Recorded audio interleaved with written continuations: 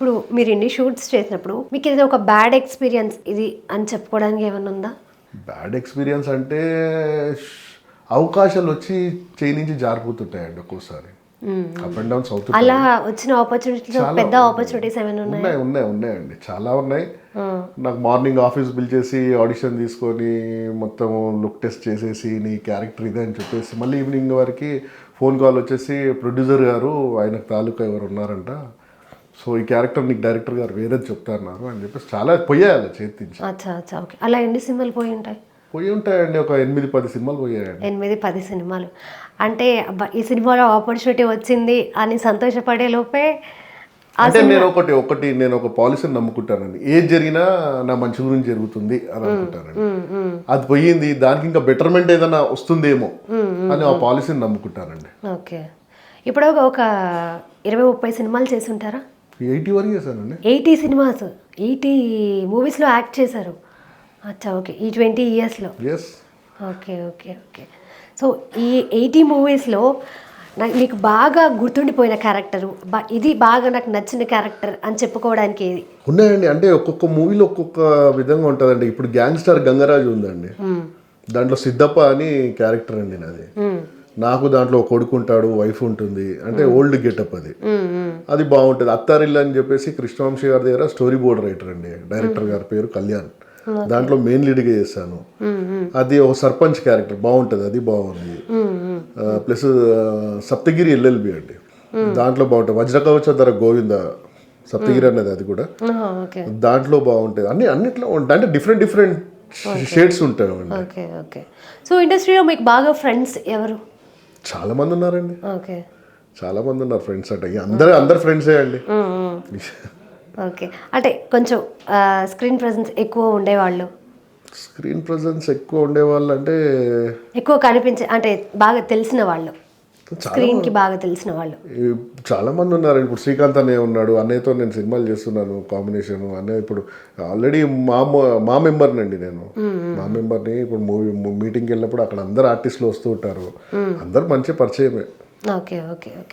Industry పర్సన్స్లో friends అంటే చాలా మంది ఉన్నారు, అందులో బెస్ట్ ఫ్రెండ్ ఎవరంటే ఏం చెప్తారు? బెస్ట్ ఫ్రెండ్ అంటే నాకు శ్రీగిరి అని నా ఫ్రెండ్ ఉన్నాడండి. ఓకే. ఆయన నాకన్నా సీనియర్ అయినా నాకు మంచిగా ఆగోడు సినిమా నుంచి పరిచయం, తను అప్పటి నుంచి అటాచ్మెంట్ అండి మా ఇద్దరు. ఇండస్ట్రీకి వచ్చి 20 ఇయర్స్ అయిందన్నారు. సో ఎప్పుడైనా చేతిలో పని లేనప్పుడు కానీ, ఏమైనా షూట్స్ లేనప్పుడు కానీ, ఆపర్చునిటీస్ వచ్చి ఇట్లా వెళ్ళిపోతున్నప్పుడు కానీ, అరే ఎందుకు ఇది వదిలేసి ఏదైనా జాబ్ చేసుకుందాం కదా అని ఎప్పుడైనా? లేదండి, అట్లాంటిది ఏ రోజు రాలేదండి. అట్లాంటిది ఏ రోజు. ఇంకోటి ఏంటండి, సినిమా వాడు ఎక్కడికి వెళ్ళి పని చేయలేడండి, కాదు అవ్వదు అది. సినిమా వాడు సినిమాలోనే ఉండాలి. సినిమా వాడు వెళ్ళేసి వేరే ఉద్యోగం వెతుక్కుంటూ చేయలేము, అక్కడ చేయలేము, ఉండలేమండి. అక్కడ ఒకరోజు ఉపాసం ఉన్నా, ఇంక వారం రోజులు ఉపాసం ఉన్నా, నెల రోజులు ఉపాసం ఉన్నా, దాని తర్వాత మనకు సినిమా వస్తుందండి. అంతే తప్ప వేరే చేయలేమండి, మన వల్ల కాదు అది. అంటే లాక్డౌన్లో ఆల్మోస్ట్ ఒక 2 ఇయర్స్ వరకు షూట్స్ ఏం జరగలేదు, చాలా గ్యాప్ వచ్చేసింది. సో ఆ టైంలో ఎలా? ఇంట్లోనే ఉండి సర్వే అయ్యామండి. ఓకే. మాది హైదరాబాదే మాది. ఓకే. మీరు బాన్ అండ్ బర్త్ మొత్తం హైదరాబాద్. నాన్న వచ్చేసి గవర్నమెంట్ ఎంప్లాయ్, మా వైఫ్ వచ్చేసి హౌస్ వైఫ్స్ అండి, ఇంట్లోనే ఉన్నాను. ఓకే. ఆల్ ఓవర్ ఇండియా మొత్తం అంత షూటింగ్స్ గిట్ ఏం లేవు కదండి, ఇంట్లోనే ఉన్నాను. ఓకే. సో సలార్కి రెమ్యూనరేషన్ ఎంత తీసుకొని ఉంటారు సార్? సో అంటే యావరేజ్గా ఇంత తీసుకుంటాను పర్ డే రెమ్యూనరేషన్ అని చెప్పడానికి ఏమైనా చెప్తారా? ఇప్పుడైతే 15,000-20,000 తీసుకుంటున్నాను. 15,000-20,000 రోజుకి.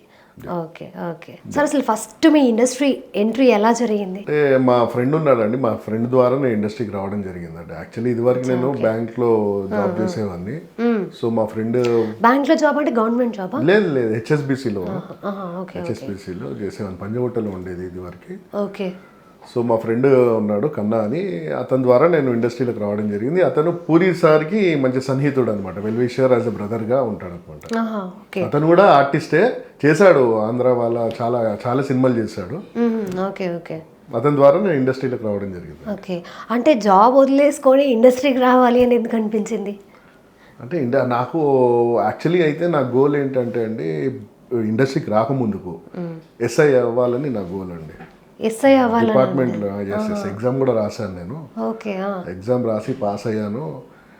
పాస్ అయ్యాక కొన్ని ఉన్నాయి ఏమో చెప్పుకోకూడదు, అందువల్ల నేను ఇక మళ్ళీ బ్యాక్ వేసి ఇక్కడ ఇండస్ట్రీకి టర్న్ అయిపోయానండి. ఇంకా ఎప్పుడైనా మీ ఇంట్లో వాళ్ళు అన్నారా ఎస్ఐ జాబ్ ట్రయల్స్ చేస్తున్నావు, లేకపోతే బ్యాంక్లో జాబ్ వదిలేసుకొని ఇండస్ట్రీకి వెళ్తున్నావు, నువ్వు కరెక్ట్? లేదండి, మా ఇంట్లో వాళ్ళు ఎప్పుడు నాకు సపోర్ట్ చేస్తారండి. అచ్చా, ఓకే. అలాంటిది ఏం లేదు, నువ్వు ఏది చేసినా కూడా వాళ్ళు వీళ్ళు చెప్పింది ఏది వినకు, నీకు ఏది నచ్చితే నువ్వు వచ్చాయి, నీపై నీ కాన్ఫిడెన్స్ ఉంది, గో హెడ్.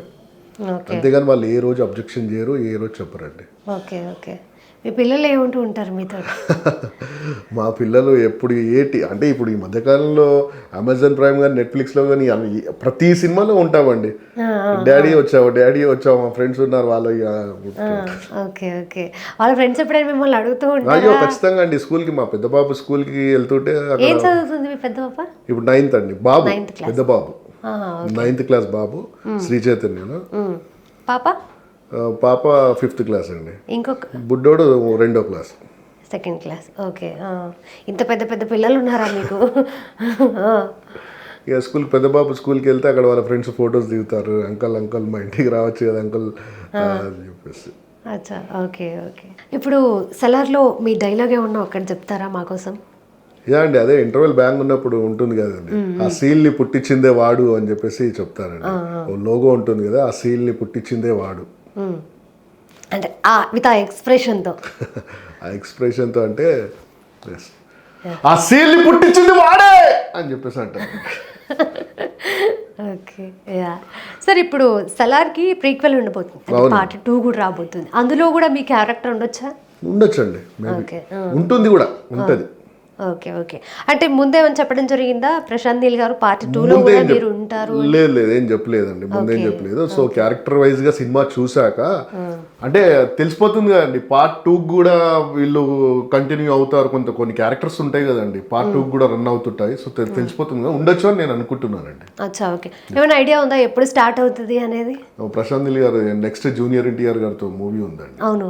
దాని తర్వాత సలార్ చేస్తాడేమో అని మేబీ అనుకుంటున్నాను. అచ్చా, ఓకే. అది కంప్లీట్ అయిపోయాక ఇది చేసే chance. Junior NTR Devara complete చేసుకొని, వార్ కంప్లీట్ చేసుకొని, రితిక్ రోషన్తో చేస్తున్నాడు. అవునవును. అది చేసుకొని ప్రశాంత్ నీల్ గారు సినిమా చేసుకొని తర్వాత ప్రశాంత్ నీల్ గారు సలార్ 2కి వస్తాడేమో అని నేను అనుకుంటున్నారు. ఓకే. ఇప్పుడు దేవరా కూడా 2 భాగాలుగా రాబోతుంది, పార్ట్ 1 పార్ట్ 2 అని సార్ మొన్ననే మెన్షన్ చేస్తాడు కదా. అవును షో గారు ఖచ్చితంగా ఉంటుందండి పార్ట్. ఓకే. పార్ట్ 2లో దేవరాలో కూడా పార్ట్ 2లో మీ క్యారెక్టర్ ఉండొచ్చా? ఇంకా అంటే ఇది కంప్లీట్ అవ్వలేదు కదండి, షూటింగ్ కంప్లీట్ అవ్వలేదు కదా, చెప్పలేము, తెలియదు. కంప్లీట్ షూట్ కంప్లీట్ అయ్యాక ఇప్పుడు సలార్ అంటే కంప్లీట్ అయిపోయింది, ఉండొచ్చు అని అయితే ఒక క్వశ్చన్ మార్క్ ఉంది. ఇది షూట్ కంప్లీట్ అవ్వలేదు కదండి. సో ఏం క్యారెక్టర్స్ ఉంటాయి, ఏం క్యారెక్టర్స్ పోతాయో తెలియదు. సో ఖచ్చితంగా ప్రీక్వెల్ అయితే ఉంటుందండి, పార్ట్ 2 అయితే ఉంటుంది. Okay okay okay.